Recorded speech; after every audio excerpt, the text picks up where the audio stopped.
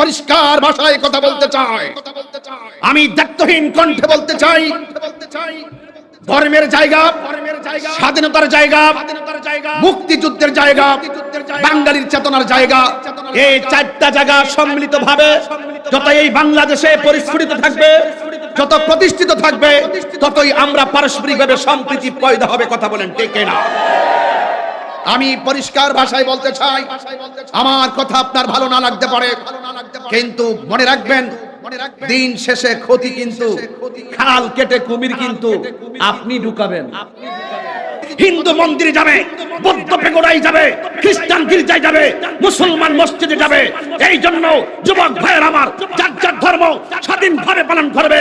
লা ইকরাহা ফিদ্দীন, ধর্মের মধ্যে জোর জবরদস্তি নাই।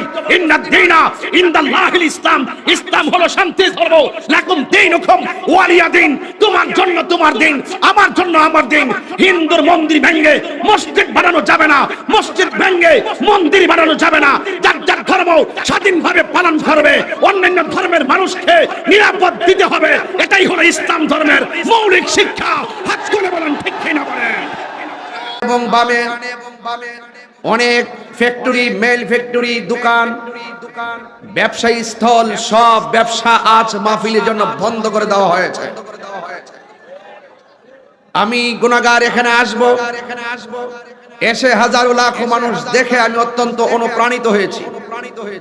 আপনাদেরই আসনের মাননীয় এমপি মহোদয় জনাব আবু হোসেন বাবলা এমপি মহোদয় অক্লান্ত পরিশ্রম করে এলাকার গণ্যমান্য ধর্ম বর্ণ নির্বিশেষে সর্বস্তরের জনগণকে বুকে আগলে ধরে কোরআন সুন্নাহর আলোকে এই সাজানো বাগানকে পরিস্ফুটিত করার জন্য তিনি চেষ্টা চালিয়ে আজ বাস্তবে রূপ ধারণ করেছেন। আমি এসে শুনেছি এই মাহফিলটা যেন হতে না পারে। অনেক শ্রেণীর মানুষ দীর্ঘদিন ধরে, এমনকি গত রাত ৮টা পর্যন্ত অনেক বাধা বিপত্তি সৃষ্টি করেছে। এই বাংলাদেশের রাজধানী হলো ঢাকায়। যাত্রাবাড়ি, শ্যামপুর, কদমতলী এবং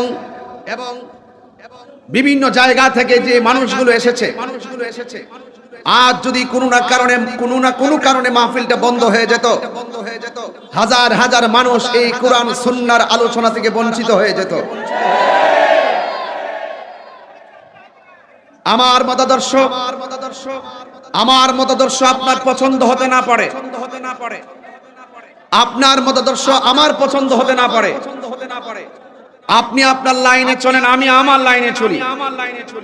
আমি আপনাকে বাধা দেওয়া, আপনি আমাকে বাধা দেওয়া, এটা দিন শেষে আমাদের ইসলাম ধর্মের যে ভাব গাম্ভীর্য, সেই ভাব গাম্ভীর্যের উপরে নিজের মাথায় যেন নিজেই কুড়াল মারলাম।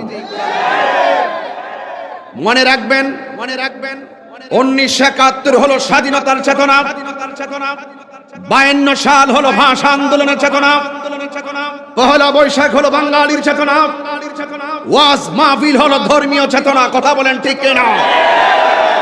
যারা 71-এর মুক্তিযুদ্ধের চেতনার বিরুদ্ধে কথা বলে, এরা যেমন জাতির দুশ্মন, যারা স্বাধীনতার বিপক্ষে কথা বলে, এরা যেমন দেশের দুশ্মন, যারা ওয়াজ মাহফিল এই ধর্মীয় চেতনার জায়গাকে কলুষিত করতে চায়, বন্ধ করতে চায়, এরা দেশ জাতির দুশ্মন। কথা বলেন ঠিক কিনা? আমি পরিষ্কার ভাষায় কথা বলতে চাই, আমি দায়িত্বহীন কণ্ঠে বলতে চাই, ধর্মের জায়গা, স্বাধীনতার জায়গা, মুক্তিযুদ্ধের জায়গা,